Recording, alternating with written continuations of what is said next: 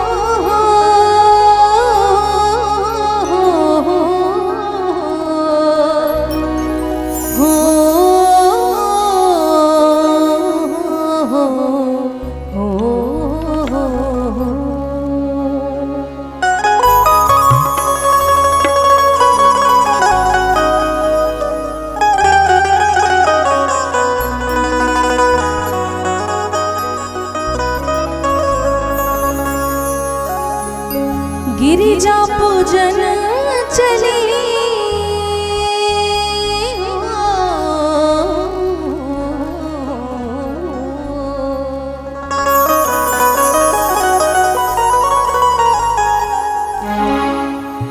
गिरिजा पूजन चली सिया सुकुमरिया नजरिया लड़ल राम से बीच फूलवरिया नजरिया लड़ल राम से गिरिजा पूजन चली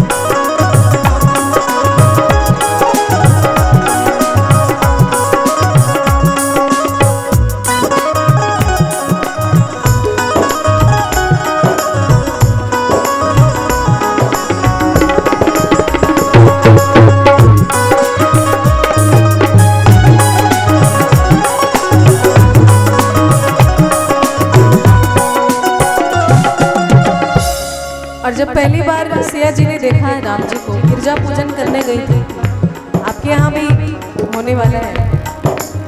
तो पहली बार देखते ही पहचान गई थी कि ये मेरे पति हैं, यही मेरे पति होंगे, क्योंकि वैसे भी वो तो भगवान थे और यहाँ पे लीला रचने आए थे।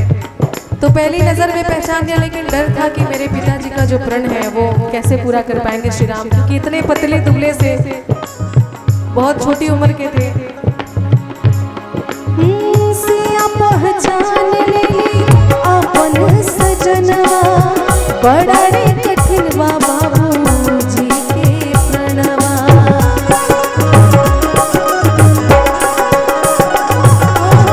सिया पहचान लेली अपन सजनवा, बड़ा रे कठिन बाड़े बाबूजी के प्रणवा।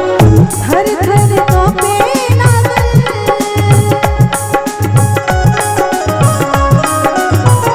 थर थर कांपे लागल, थर थर कांपे लागल, सिया के शरीरिया नजरिया लड़ राम से, बीच फुलवरिया नजरिया लड़ राम से, बीच फुलवरिया नजरिया लड़ राम से। गिरिजा पूजन चली,